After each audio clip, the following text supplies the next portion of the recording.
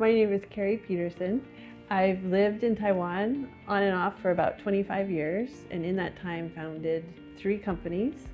I'm currently the co-founder of Aluva, which is a company that is using agentic AI and gamification to help solve the growing skills gap. So I originally came to Taiwan to learn Chinese, and then went back and graduated from university, and then Taiwan had already, at that point, pulled me in. I had worked at Microsoft, and during that time, saw the ability to use technology to really scale things and innovate. I came back to Taiwan around 2012, and at that point worked to start a company called Smart Games. We ultimately grew it to reach around 16 million households across Taiwan and China, and worked with companies like Disney, Lego.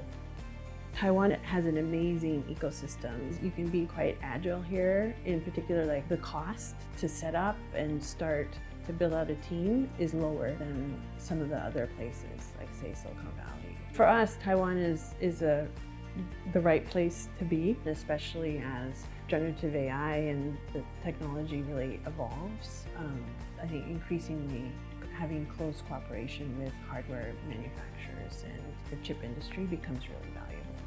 Taiwan has become such a global hub for the kind of AI economy and industry, and there's a lot of international companies that are also setting up here, like Microsoft, Amazon, you look at NVIDIA, the large global companies and the ecosystem around that.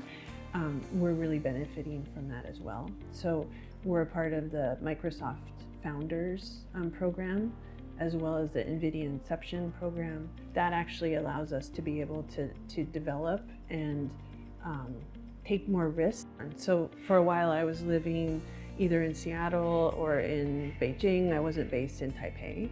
And when I looked at post-pandemic, where I really wanted to set up my next company as well as live, I was exploring different options and then learned about the Gold Card, and it really makes a huge difference.